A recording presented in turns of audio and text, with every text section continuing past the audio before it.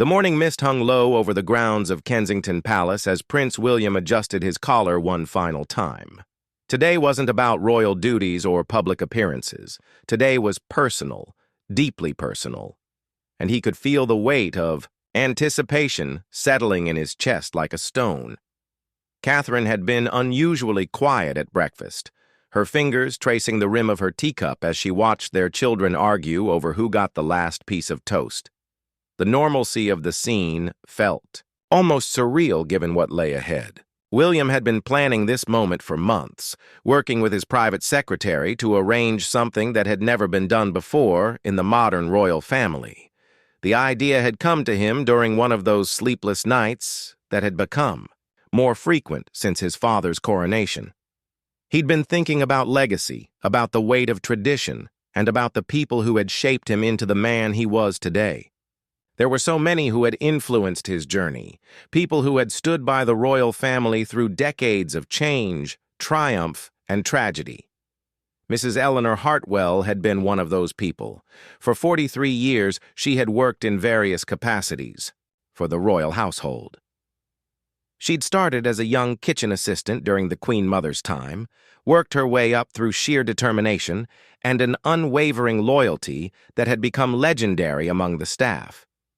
She'd been there when William was born, had helped prepare countless state dinners, had worked through the night during times of crisis, and had never once sought recognition or praise. What made Eleanor special wasn't just her dedication to duty, though that was remarkable. It was her humanity.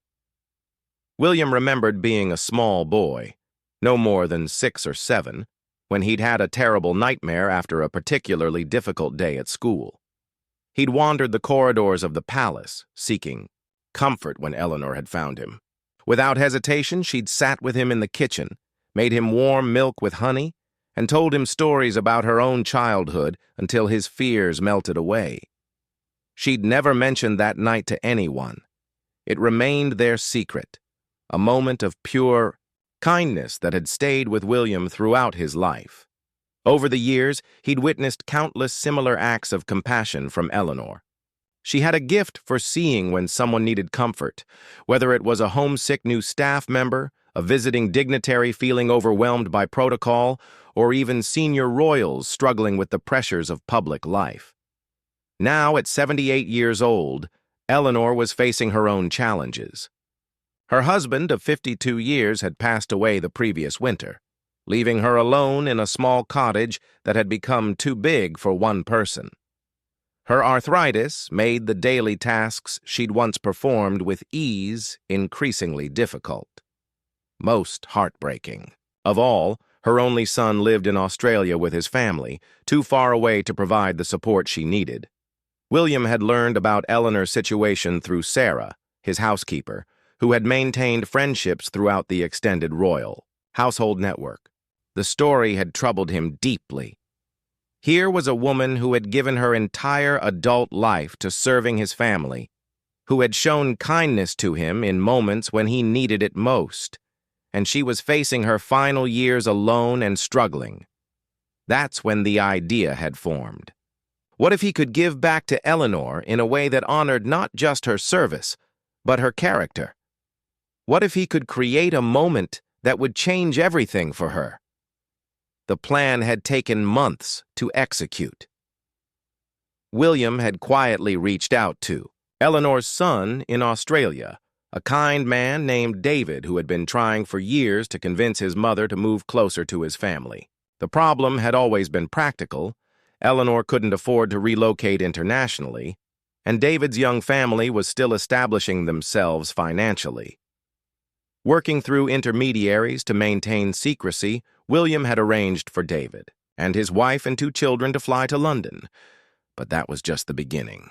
He'd also been working with housing specialists to identify a beautiful cottage near Windsor, one that would be perfect for Eleanor, with modern amenities to help with her mobility issues, and a garden where she could continue the hobby that brought her so much joy.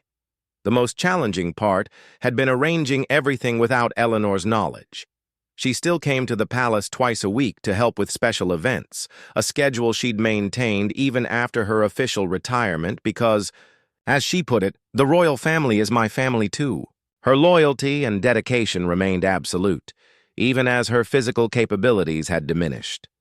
This morning, Eleanor was due to arrive at 10 o'clock to help prepare for what she believed was a small private reception for visiting Commonwealth dignitaries. It was a believable cover story, the kind of event she'd helped with hundreds of times before. What she didn't know was that there were no visiting dignitaries, no reception, and no ordinary day ahead. William glanced at his watch. 9:30. In half an hour, he would open a door that would change Eleanor's life forever.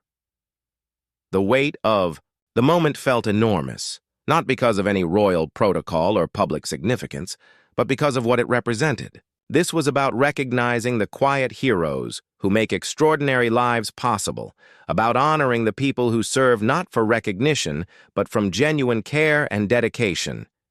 As he walked toward the drawing room where everything had been carefully arranged, William thought about his grandmother, the late Queen Elizabeth II.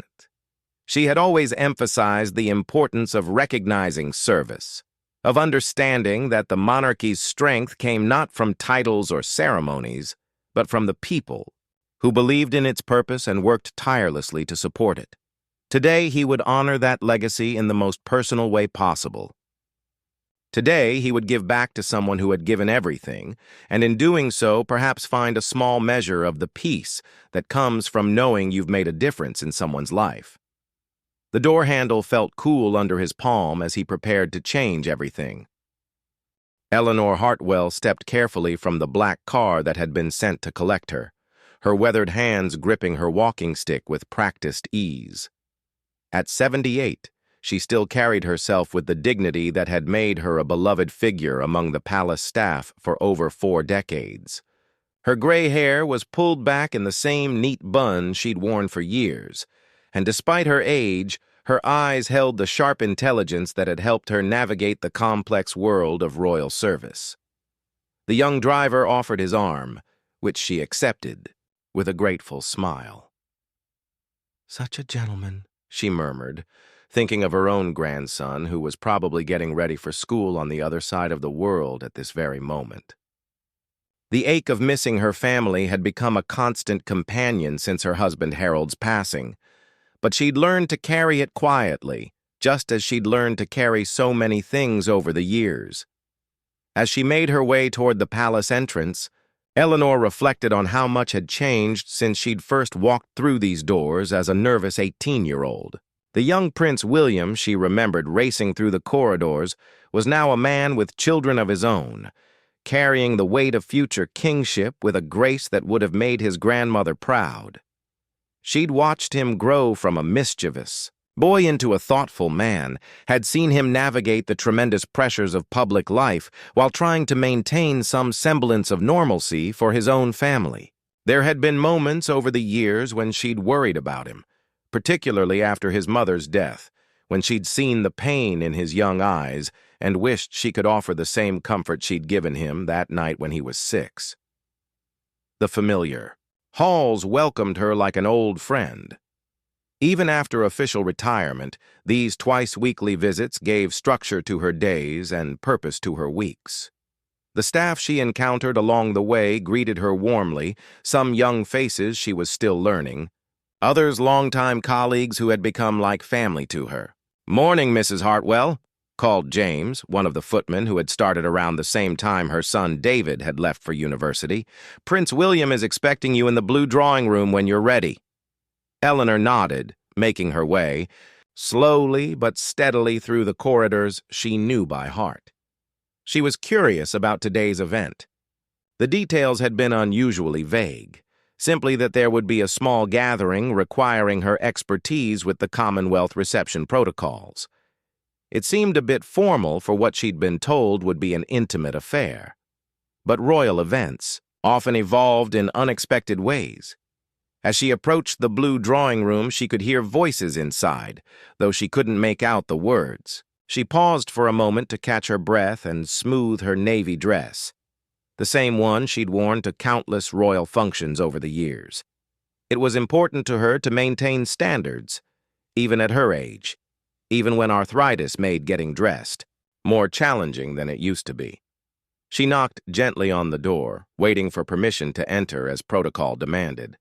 When Prince William's voice called for her to come in, she turned the handle and stepped inside, expecting to see the usual setup for a small reception, perhaps some visiting dignitaries and a few members of the household staff.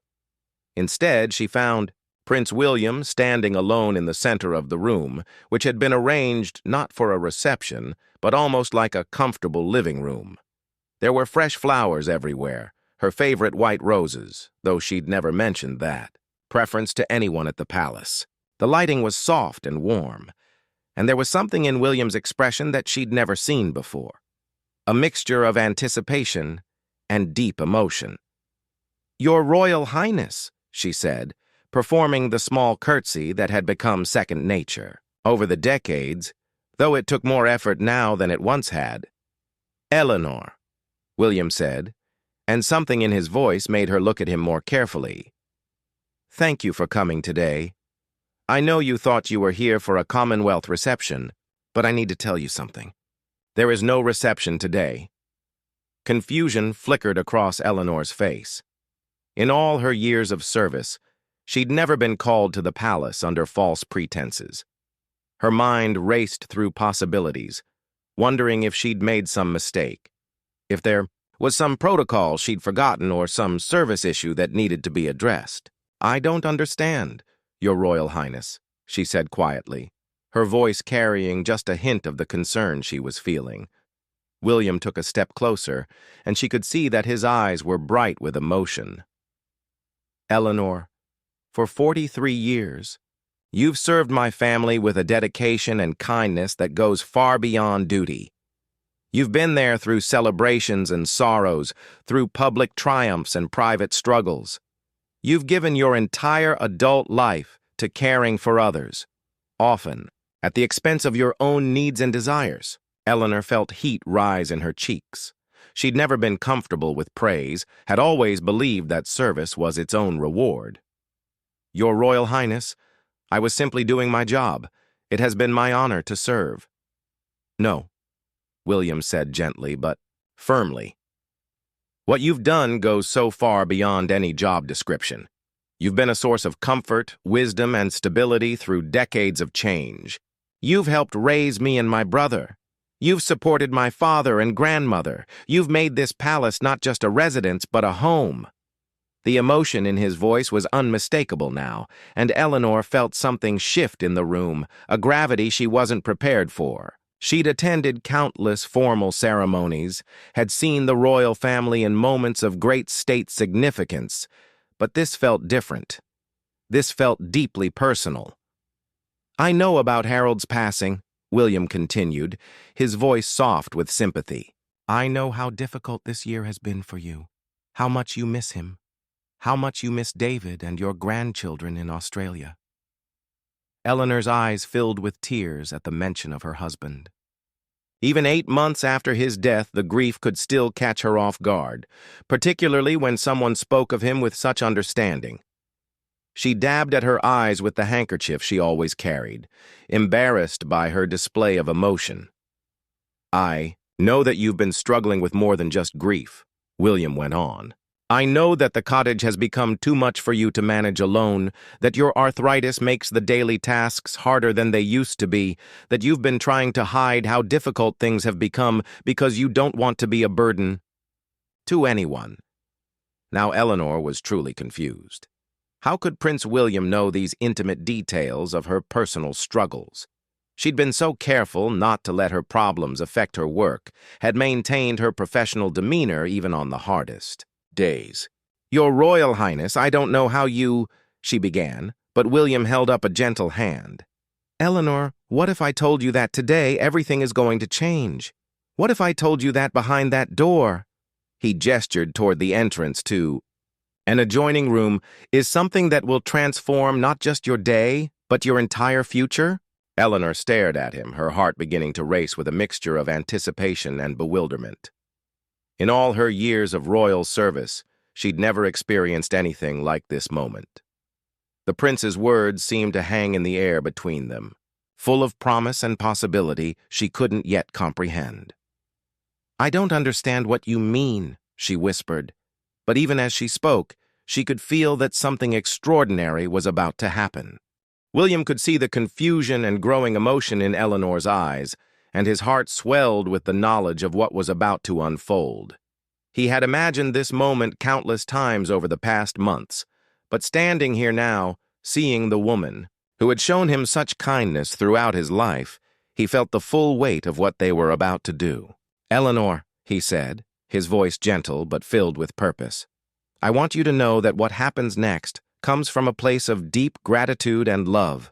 My family and I have never forgotten the countless ways you've touched our lives, the moments of comfort you've provided, the dedication you've shown even when no one was watching." He moved toward the door leading to the adjacent room, and Eleanor followed slowly, leaning on her walking stick, her mind racing with possibilities.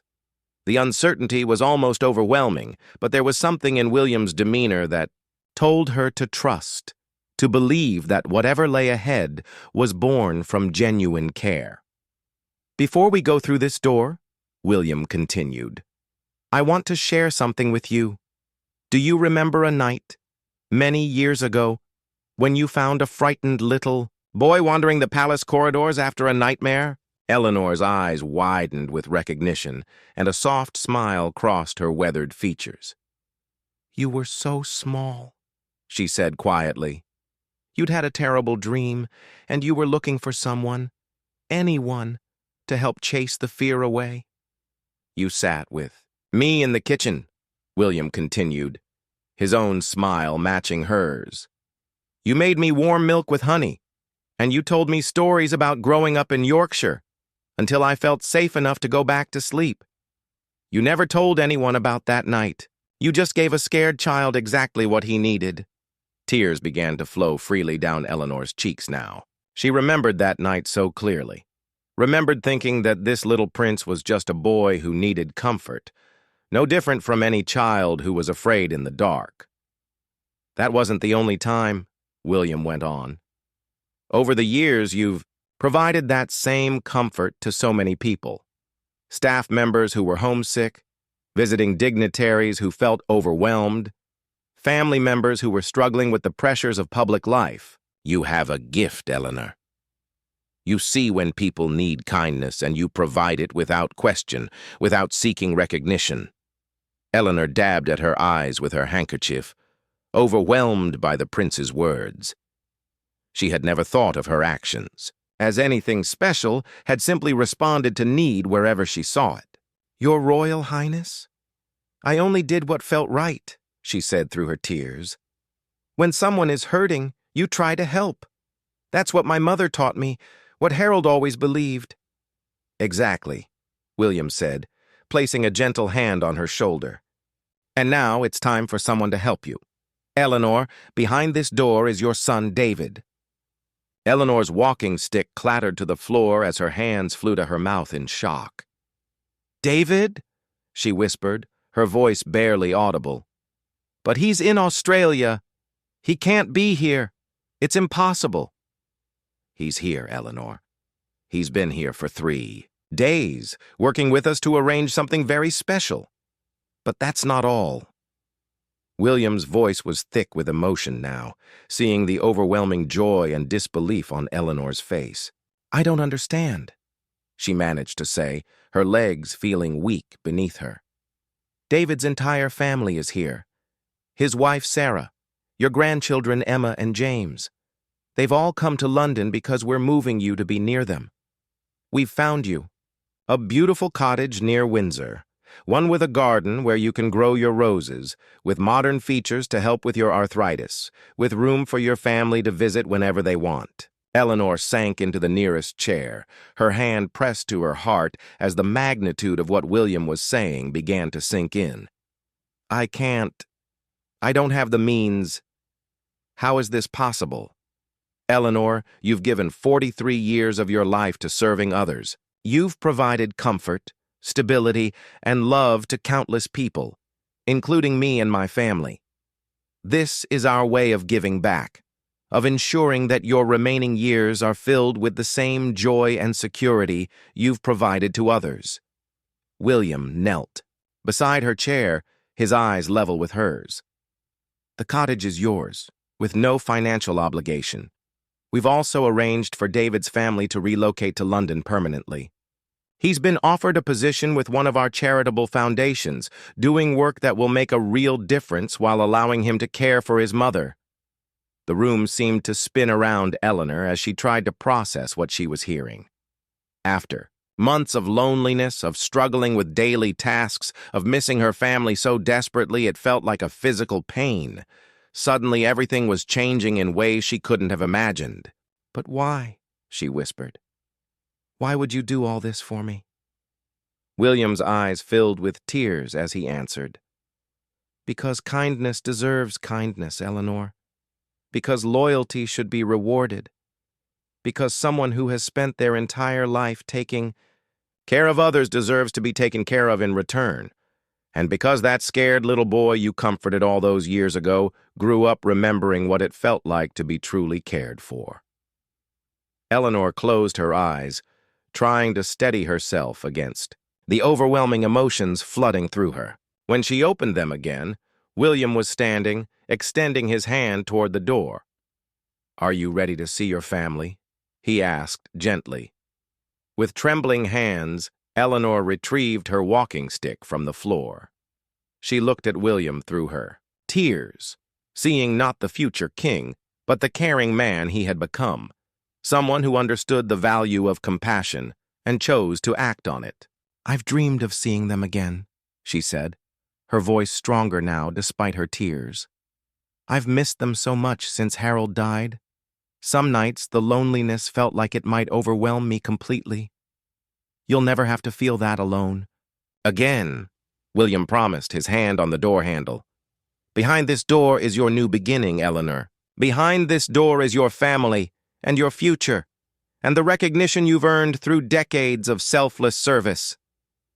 As William prepared to open the door, Eleanor felt a transformation beginning within her. The grief and loneliness that had weighed her down for months was being replaced by something she hadn't dared to hope for, the promise of joy, of family, of being truly cared for after a lifetime of caring for others. The door handle turned, and Eleanor's heart raced with anticipation for what awaited on the other side. The door opened slowly, and for a moment Eleanor couldn't process what she was seeing. The adjoining room had been transformed into something that looked like a family living room, complete with comfortable sofas, warm lighting, and photographs. That made her heart skip a beat. But it wasn't the room that took her breath away. It was the three figures standing in the center of it. "Mom!" David's voice broke through the silence, and suddenly Eleanor was looking at her son, her only child, standing just 20 feet away from her. He looked older than she remembered from their video calls, his hair showing more gray at the temples. But his smile was exactly the same, the smile that had lit up her world from the moment he was born, 52 years ago. Beside him stood Sarah, his wife of 25 years, the daughter-in-law who had become like a true daughter to Eleanor despite the distance between them. Sarah's eyes were already filled with tears, and she was holding the hands of two children who had grown so much since Eleanor had last seen them in person. Emma, now 14, had her mother's auburn hair and her grandfather Harold's gentle eyes. James, 12, was the image of his father at that age, with Eleanor's own stubborn chin and David's mischievous grin. These were her grandchildren, the lights of her life, standing in a royal palace as if it were the most natural thing in the world. For several heartbeats, nobody moved. The weight of the moment, the impossibility of it, seemed to freeze everyone in place. Eleanor felt as if she were looking at a dream, as if any sudden movement might cause the vision to disappear. Then David took a step forward, and the spell was broken.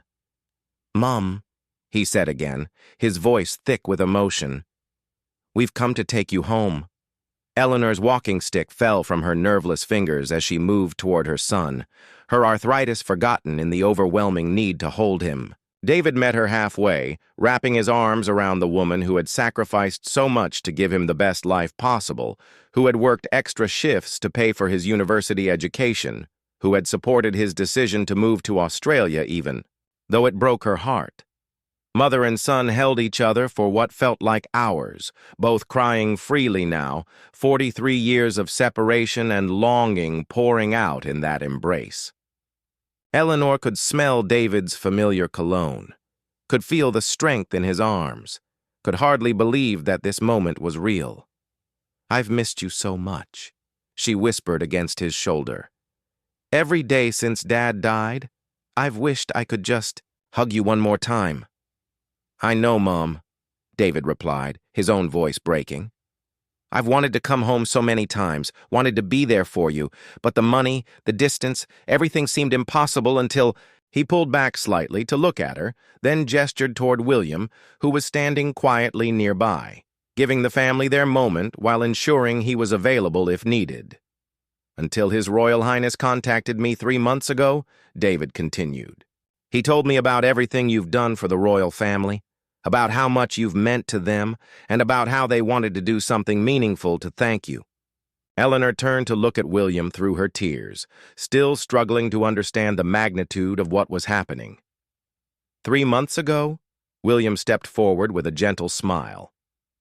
"It took time to arrange everything properly. We wanted to make sure David could relocate permanently, that there would be meaningful work for him here in London, that the cottage we found would be perfect for your needs. Most importantly, we wanted to make sure this wasn't just a visit, but a true reunion." "Grandma, Eleanor!" Emma's voice cut through the adult conversation as the teenager broke free from her mother's restraining hand and launched herself at her. "Grandmother." The impact nearly knocked Eleanor over, but she didn't care. She was holding her granddaughter, breathing in the scent of her shampoo, feeling her warmth and energy. "My beautiful Emma," Eleanor whispered, stroking the girl's hair. "You've grown so tall, so lovely, I've missed you terribly." "We've missed you too, Grandma," Emma said, pulling back to look at her grandmother's face. "Mum shows us your pictures every day and we video call, but it's not the same as being able to hug you." James approached more cautiously, the way 12-year-old boys do when overwhelmed by emotion they don't quite know how to express. Eleanor extended one arm while keeping the other around Emma, and soon she had both grandchildren in her embrace, her heart so full it felt like it might burst. "I can't believe you're all here," she said, looking from face to beloved face. "I can't believe this is happening." Sarah joined the family huddle, and for several minutes, they simply held each other, years of separation and longing being healed in the warmth of physical presence. William watched from nearby, his own eyes bright with tears as he witnessed the reunion he had worked so hard to create. "There's more, Mum," David said eventually, gently guiding his mother to one of the comfortable chairs that had been arranged in the room. "Prince William told you about the cottage, but he didn't tell you everything." Eleanor looked between her son and the prince, wondering what else could possibly be added to this already overwhelming day. "The cottage isn't just near Windsor," Sarah continued, settling on the arm of Eleanor's chair. "It's actually within walking distance of the most beautiful village, with shops and a lovely community center, and there's a garden that's going to be perfect for your roses. But most importantly," James added, his young voice filled with excitement, "it's only a 10-minute drive from our new house." Eleanor's eyes widened. "Your new house?" David knelt beside his mother's chair, taking her hands in his. "Mum, we're not visiting. We're moving home, all of us, permanently." The room seemed to tilt around Eleanor as the full reality of what was happening finally sank in. Not only was she being reunited with her family, but they were staying. After 8 long months of devastating loneliness, after years of missing, birthdays and holidays and ordinary Tuesday evenings, her family was coming home to stay. "But your life in Australia?" she managed to say. "David's job, the children's school, Everything you've built there. Mom, David said gently, nothing we built there was more important than being with you. We should have come back after Dad died. We should have found a way sooner. But now, thanks to the incredible generosity of His Royal Highness, we can finally be the family we've always wanted to be. Eleanor looked at William, who was watching the reunion with obvious satisfaction and deep emotion. I don't understand how I can ever repay this kindness, she said to him. William approached the family group, his expression serious but warm. Eleanor, you've already repaid it. You repaid it every day for 43 years. You repaid it every time you comforted someone who was afraid, every time you went above and beyond your duties, every time you chose kindness over convenience. This isn't charity, Eleanor. This is recognition of a life well lived in service to others. As Eleanor sat surrounded by her family in the elegant palace room, she felt something she hadn't experienced since Harold's death. Complete, overwhelming joy. The future, which had seemed so uncertain and lonely just hours before, now stretched. A head filled with possibility, love, and the presence of the people who mattered most. As the initial shock and joy of the reunion began to settle, William gestured toward a beautifully set table near the windows where afternoon tea had been prepared. The china was Royal Crown Derby, the same pattern Eleanor had helped serve at countless royal functions over the years, but today it was being used to honor her rather than visiting dignitaries. I thought we might have tea together, William said, and I can tell you more about what we've arranged for your new life. The family gathered around the table, Eleanor still holding Emma's hand as if afraid her granddaughter might disappear if she let go. The familiar ritual of afternoon tea provided a sense of normalcy in what had been the most extraordinary day of Eleanor's life. Tell me about this cottage, Eleanor said, as Sarah poured tea with the same careful attention Eleanor had taught countless staff members over the years. I still can't quite believe it's real. David pulled out his phone and showed his mother photographs of a charming stone cottage with a thatched roof and mullioned windows. The garden was magnificent, with established rose beds and a greenhouse that would be perfect for Eleanor's beloved plants. It's called Rosemary Cottage, David explained, and it dates back to the 18th century, but it's been completely modernized. There are grab rails in the bathrooms, a chair lift to the second floor, and the kitchen has been designed to be accessible even when your arthritis is troubling you. Eleanor studied each photograph, marveling at the attention to detail. Someone had clearly thought very carefully about her specific needs and limitations, ensuring that her new home would allow her to maintain her independence while providing the support she required. The village is called Little Bramfield, Sarah added, and it has the most wonderful community. There's a garden society that meets every Thursday, a book club, and even a group that knits blankets for the local hospital. The villagers are so excited to welcome you. How did you find such a perfect place? Eleanor asked William, who was sitting quietly, clearly enjoying watching the family explore their new future together.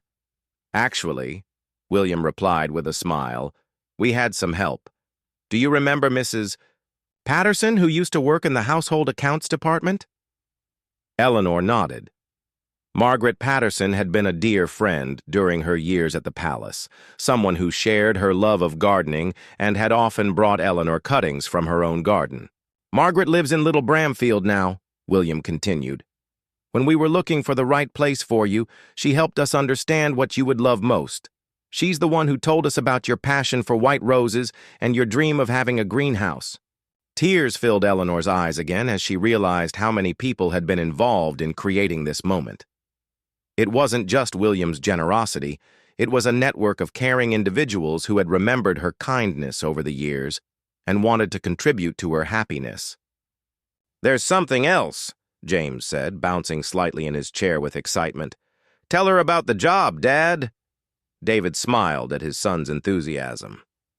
The Prince of Wales has offered me a position with the Prince's Trust, he said, referring to the charity that had been close to the royal family for decades. I'll be working on their environmental initiatives, helping to develop programs that support sustainable communities. It's exactly the kind of work I've always wanted to do, and it will let me make a real difference while staying close to family." Eleanor shook her head in amazement. "You've thought of everything," she said to William. "David's work, the children's schooling, my health needs, even my hobbies. How is this possible?" "Eleanor," William said, leaning forward slightly, "when someone has given as much as you have, it becomes important to ensure that every detail is perfect. We didn't want to simply solve one problem. We wanted to create a completely new chapter of your life, one filled with joy and surrounded by the people you love." Emma, who had been quietly listening to the adult conversation, suddenly spoke up. "Grandma, can I tell you my favorite part about our new house?" Eleanor turned to her granddaughter with a warm smile. "Of course, darling. What's your favorite part?" "It has a room that's going to be specially yours," Emma said, her eyes bright with excitement. "Whenever you come to visit, or whenever you want to stay over, you'll have your own space with your own things. Mom and Dad said we can decorate it however you want, and we can put up pictures of Granddad Harold everywhere." The mention of her late husband brought fresh tears to Eleanor's eyes. But these were tears of gratitude rather than grief. The idea that her family wanted to create a space that honored Harold's memory, that acknowledged how much she still missed him, showed a level of thoughtfulness that overwhelmed her. "He would have loved this," she whispered. "Harold always worried about what would happen to me after he was gone. He made me promise to try to be happy, to find joy even without him. I think this is exactly what he would have wanted for me." Sarah reached across the table to squeeze Eleanor's hand. "We want you to know that we'll never try to replace Dad or diminish his memory," she said gently. "We just want to make sure that the rest of your life is filled with the love and care you deserve." As they continued to share tea and look at photographs of Eleanor's new life, William found himself reflecting on what this moment meant to him personally. Growing up in the royal family meant being surrounded by ceremony and protocol, by carefully managed public appearances and formal interactions. But this was real. This was the kind of personal connection and genuine care that gave meaning to his position.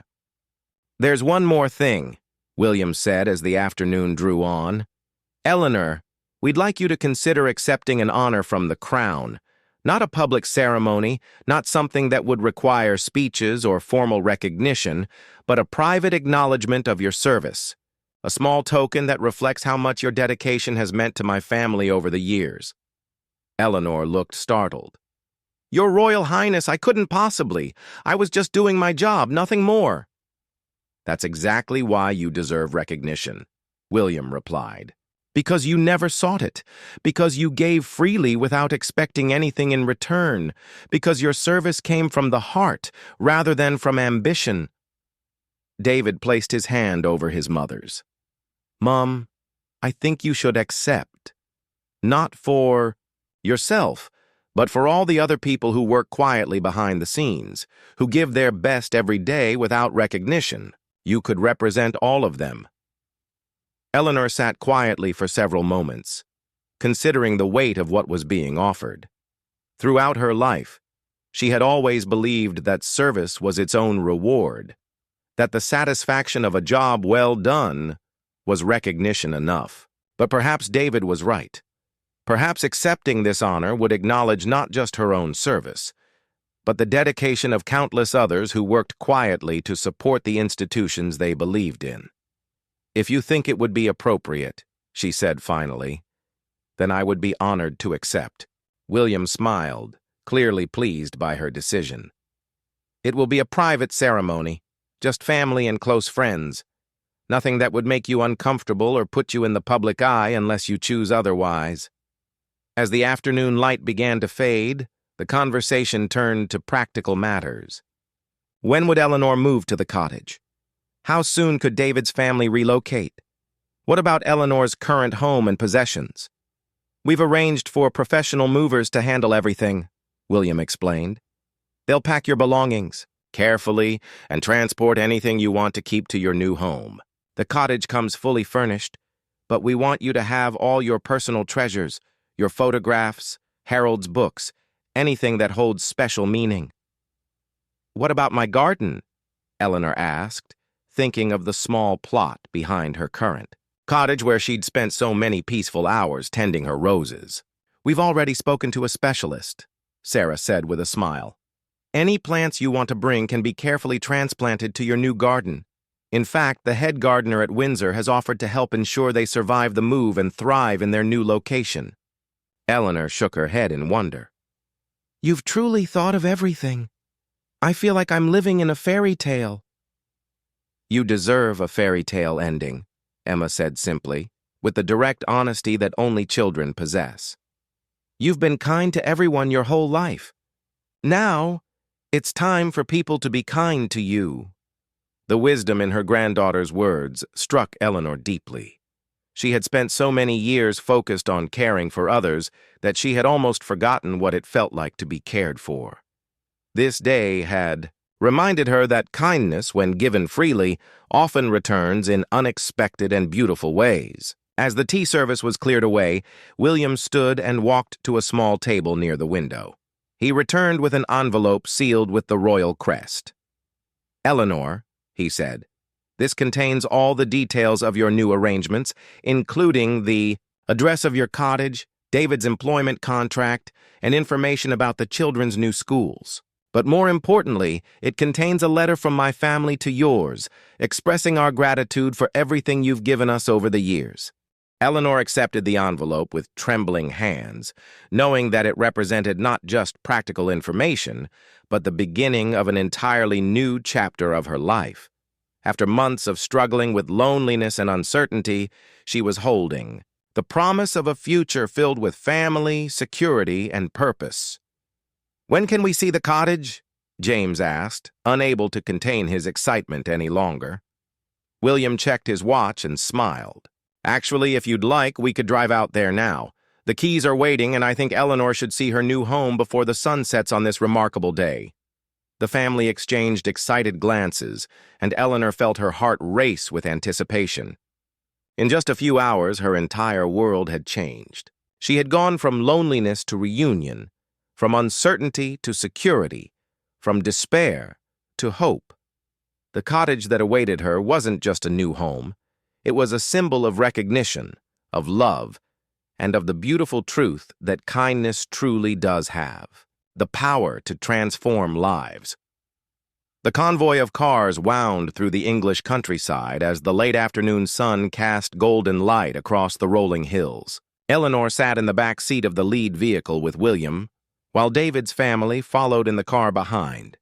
Through the window, she watched the familiar landscape of her homeland pass by, but everything looked different now, touched with the magic of possibility and new beginnings. Are you nervous?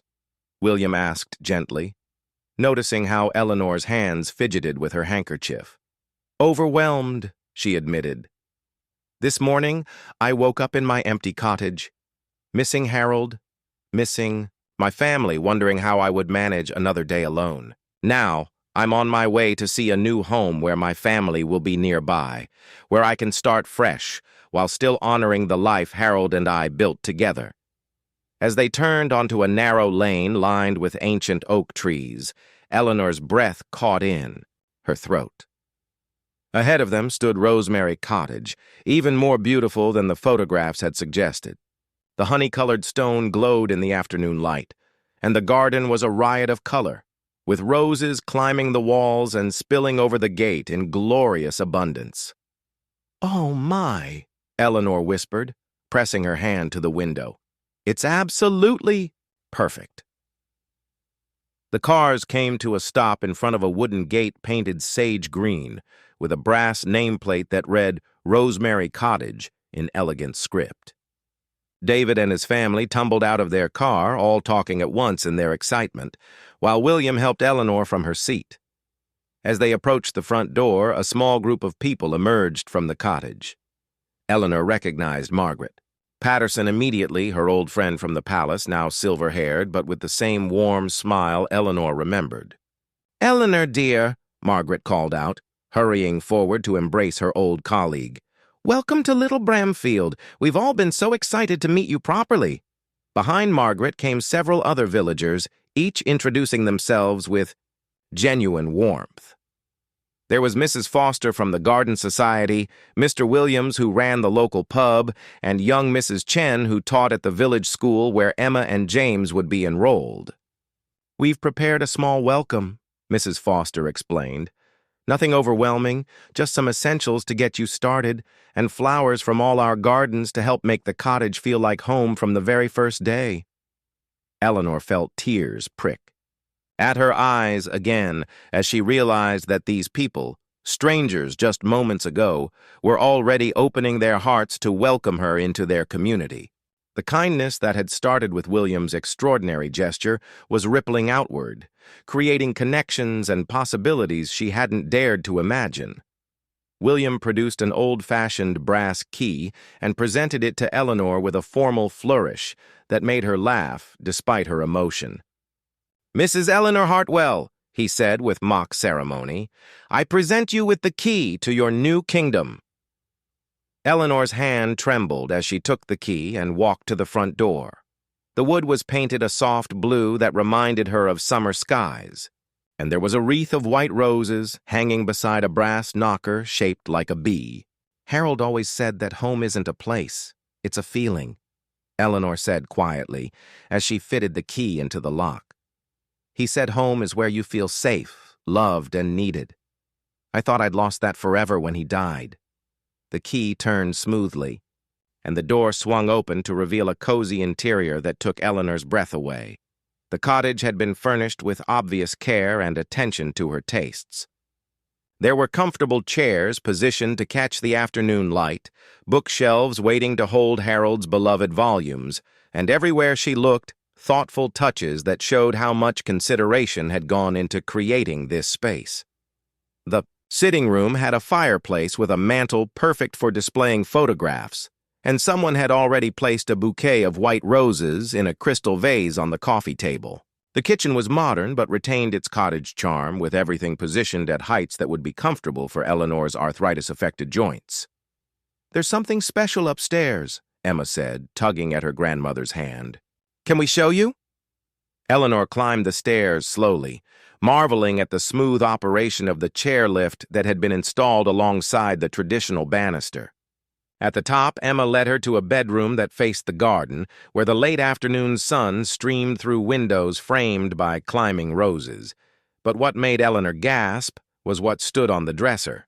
There, in a place of honor, was her wedding, photographed with Harold, along with several other cherished pictures that had somehow been retrieved from her old cottage and arranged with loving care.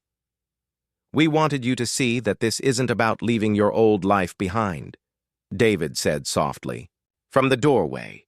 "It's about building on the foundation of love that you and Dad created, expanding it to include all of us." Eleanor sat on the edge of the bed, running her fingers over the familiar faces in the photographs. Harold looked so young and handsome. In their wedding picture, his eyes bright with hope for their future together. She could almost hear his voice telling her that this new chapter was what he would have wanted for her. That love doesn't end with death, but transforms and continues in new ways. From the window, she could see the garden in all its glory, with the greenhouse she had dreamed of for so many years standing ready for her to fill with seedlings and possibilities. Beyond the garden, she could see the rooftops of the village, where new friends were waiting to welcome her into their community. As the family explored the cottage together, exclaiming over perfect details and thoughtful arrangements, Eleanor found herself in the kitchen with William, who was quietly ensuring that everything met with her approval. "Your Royal Highness," she said, her voice thick with emotion, "I don't have words for what you've given me today. It's not just a house or even reunion with my family. You've given me hope. You've shown me that kindness really does matter, that service really is valued, that no act of compassion is ever truly forgotten." William looked out the kitchen window at the garden where Emma and James were already exploring, their laughter floating back to the house on the evening air. "Eleanor, you taught me that lesson many years ago, when you comforted a frightened little boy. Everything that happened today started with that moment of simple human kindness. This is just kindness coming full circle. As the sun began to set, painting the cottage walls in shades of gold and rose, the extended family gathered in the sitting room. Margaret Patterson had brought tea and homemade scones, and the villagers shared stories about little Bramfield that made Eleanor feel like she was already part of their close-knit community. "There's one more thing," William said, as the evening drew to a close. He handed Eleanor a small, wrapped package. "This is from my children, George, Charlotte, and Louis. They wanted you to have something to remember this day." Eleanor unwrapped the package carefully to find a delicate ornament, clearly handmade, featuring a rose garden with tiny figures representing her family. Attached was a note in a child's careful handwriting. "For Mrs. Eleanor, who shows us that kindness is the most important thing, love from George, Charlotte, and Louis." Looking around the cottage that was now her home, surrounded by her reunited family and new friends, Eleanor felt something she hadn't experienced since Harold's death: complete peace. The future stretched ahead of her, no longer empty and frightening, but full of love, purpose, and the knowledge that her lifetime of service had been recognized and honored in the most beautiful way possible. As the cars prepared to leave and plans were made for Eleanor's official move in the coming days, she stood in the doorway of Rosemary Cottage, still hardly believing that this fairy tale was her new reality. William approached for a final goodbye, and she took his hands in hers. "Thank you," she said simply. "Thank you for remembering, for caring, and for showing me that the best of humanity lies in how we treat each other when no one is watching." William smiled, thinking of the scared little boy who had found comfort in a palace kitchen so many years ago. "Thank you, Eleanor, for teaching me that lesson in the first place." As the cars disappeared down the lane and Eleanor closed the door of her new home, she felt Harold's presence around her, approving and loving, and she knew that this wasn't an ending but a beautiful new beginning, born from the simple truth that kindness, when freely given, has the power to transform the world.